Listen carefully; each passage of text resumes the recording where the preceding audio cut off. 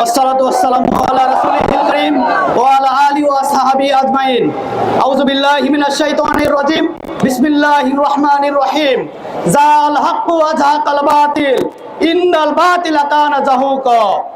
সম্মানিত উপস্থিতি, আজকের এই সমাবেশে র্যালি পরবর্তী সমাবেশে উপস্থিত বাংলাদেশ ইসলামী ছাত্র শিবির বগুড়া জেলা শাখার সম্মানিত সভাপতি জোবায়ের আহমেদ নাহিদ, বগুড়া শহর শাখার সাবেক সভাপতি, সাবেক কেন্দ্রীয় কার্যকরী পরিষদের অন্যতম সদস্য শাহিন আলম ভাই সহ অন্যান্য নেতৃবৃন্দ এবং আমার সামনে উপবিষ্ট শিক্ষার্থী ভাইরা, সকলের প্রতি সালাম, আসসালামু আলাইকুম ওয়া রাহমাতুল্লাহি ওয়া বারাকাতুহু।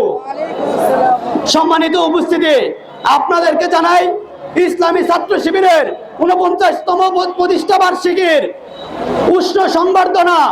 প্রিয় উপস্থিতি, এই যে 49তম প্রতিষ্ঠা বার্ষিকী, আমরা হাঁটি হাঁটি পা পা করে 48টা বছর পার করে এসেছি। এই 48 বছর পার করা আমাদের জন্য কখনোই সহজ ছিল না।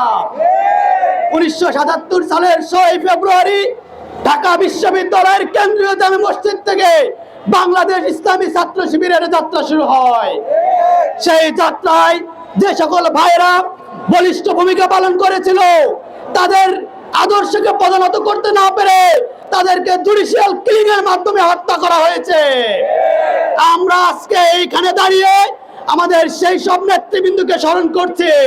বিশেষ করে শহীদ মীর কাসেম আলী মিন্টু ভাই, শহীদ কামারুজ্জামান, শহীদ আব্দুল কাদের মোল্লা সহ যে সকল ভাইদেরকে জুডিশিয়াল কিলিং এর মাধ্যমে হত্যা করা হয়েছে, আমরা তাদের বিচার চাই। সম্মানিত উপস্থিতি, আমরা স্মরণ করছি 1977 সালের 6 ফেব্রুয়ারি থেকে শুরু করে আজ পর্যন্ত শিবিরের আদর্শকে প্রতিষ্ঠা করতে গিয়ে, ইসলামী আদর্শকে প্রতিষ্ঠা করতে গিয়ে, শিক্ষার্থীদের ন্যায্য হিস্সা প্রতিষ্ঠা করতে গিয়ে 234 জন ভাই শাহাদাতের নজরানা পেশ করছে। আমরা তাদেরকে আজকে এখান থেকে শ্রদ্ধা ভরে স্মরণ করছি।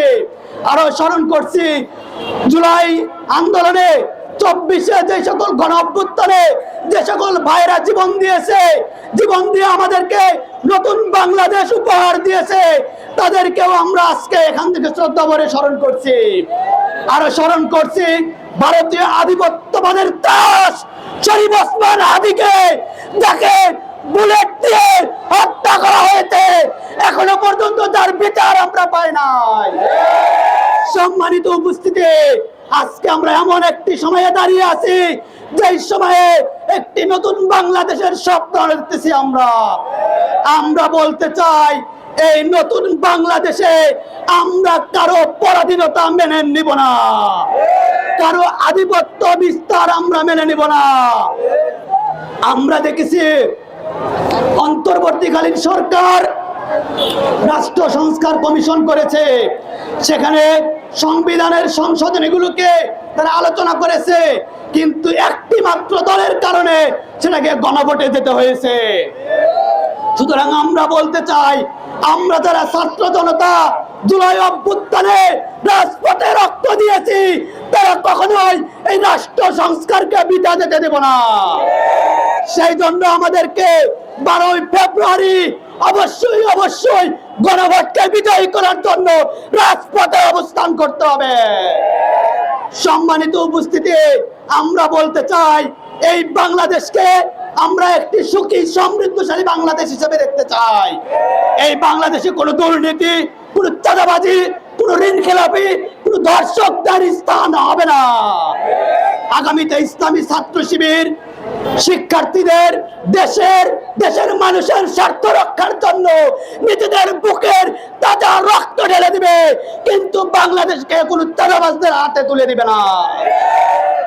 সম্মানিত উপস্থিতি, আপনাদেরকে আগামীর নতুন বাংলাদেশ গড়ার জন্য সজাগ সতর্ক থাকার আহ্বান জানিয়ে আগামী 12 তারিখে গণভোটে হায়ের পাশাপাশি ইনসাফের রাষ্ট্র যারা প্রতিষ্ঠা করতে চায়, 11 দলীয় ঐক্যজোট যারা রাষ্ট্র সংস্কারের পক্ষের শক্তি, যারা জুলাই অভ্যুত্থানের শক্তি, সেই 11 দলীয় ঐক্যজোটের পক্ষে আমরা কাজ করে যাব। তারই ধারাবাহিকতায় আমরা শেরপুর রুটে 11 দলীয় ঐক্যজোট মনোনীত দাঁড়িপাল্লা প্রতীকে সিল মেরে আমরা আমাদের বিজয়কে ছিনিয়ে আনবো। 12 তারিখে আমাদের প্রথম ভোট হবে গণভোটে হা ভোট, দ্বিতীয় ভোট হবে দাঁড়িপাল্লা মার্কায় ভোট। সম্মানিত উপস্থিতি, আপনাদের আজকের এই র্যালিতে স্বতঃস্ফূর্ত